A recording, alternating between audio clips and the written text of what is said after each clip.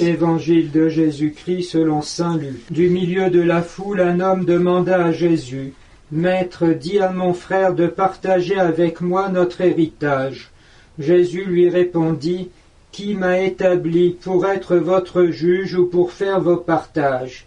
Puis, s'adressant à la foule, « Gardez-vous bien de toute âpreté au gain, car la vie d'un homme, fût-il dans l'abondance, ne dépend pas de ses richesses. » Et il leur dit cette parabole. Il y avait un homme riche dont les terres avaient beaucoup rapporté. Il se demandait « Que vais-je faire? Je ne sais pas où mettre ma récolte. » Puis il se dit « Voici ce que je vais faire. Je vais démolir mes greniers, j'en construirai de plus grands, et j'y entasserai tout mon blé et tout ce que je possède. Alors je me dirai à moi-même, te voilà avec des réserves en abondance pour de nombreuses années.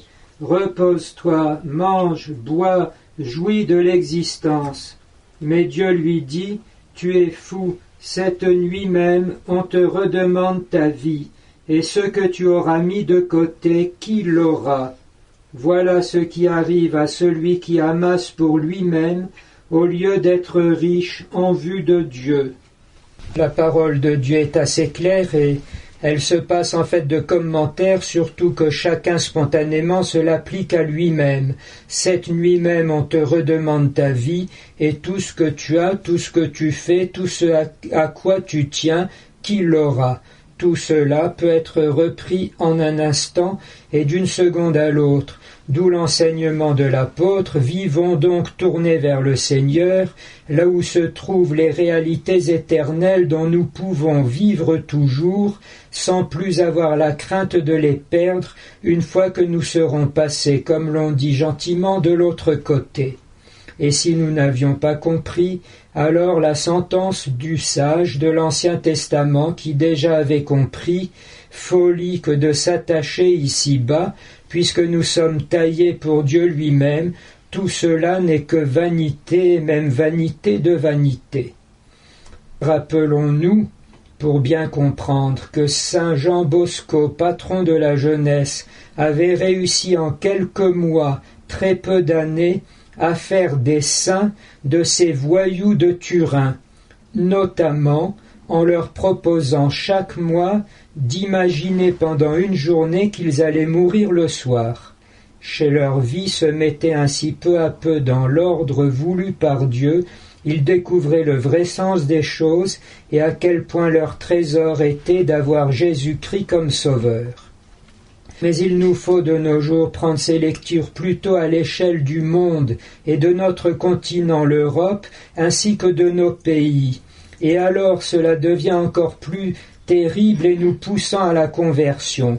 La première lecture, un homme amasse et ensuite tout cela passe à un autre qui dilapide tout en quelques années. C'est ce qui est arrivé à nos pays. Pendant des millénaires, nous avons accumulé un progrès constant en humanité en même temps qu'en technique et en richesse. Même après la Deuxième Guerre mondiale, 30 glorieuses, des années de bien-être. Et puis soudain, en une vingtaine d'années, nous voilà complètement écroulés et réduits presque à rien. Que s'est-il passé? Exactement ce que le Seigneur a affirmé. De même, cet appétit de jouissance qui est un culte rendu aux idoles, c'est en effet l'unique religion professée par tous et à longueur d'écran, en même temps que vécue et promue par les politiques.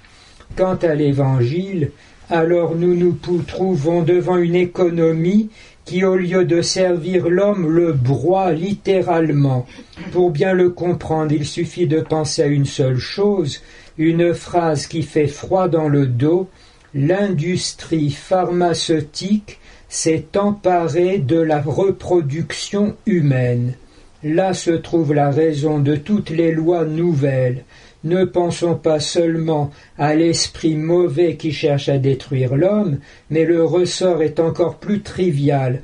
Pour faire de l'argent, on va vous fabriquer dans des éprouvettes plein de bébés, dont vous ne voudrez pas et qui nous serviront de produits cosmétiques et de rajeunissement pour des personnes âgées qu'ensuite nous éliminerons par pure compassion euthanasique grâce à nos nouvelles lois.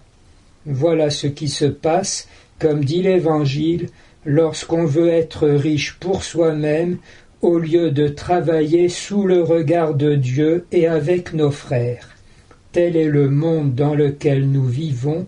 Il est grand temps, comme l'a demandé le pape émérite Benoît XVI et maintenant le pape François, de remettre Dieu non seulement à la source du créé, mais aussi à la source et au couronnement de nos sociétés, si l'on veut qu'elles redeviennent humaines.